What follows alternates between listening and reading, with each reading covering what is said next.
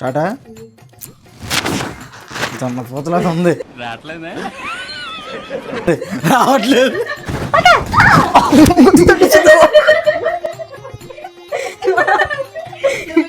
అందరి ముందు పరుగు పోయిందిగా, ఇంకెలా తలెత్తుకుంటావు? ఆ సౌండ్ రెడీ బొక్కల ఆ బొక్కల అవసరం ఇప్పుడు నీకు పక్కన అన్ని సరిపోయి ఉన్నాను. ఇది ఇప్పుడు మీ కష్టం పగవాడికి కూడా రాకూడదు గురుగారు. ఎందుకు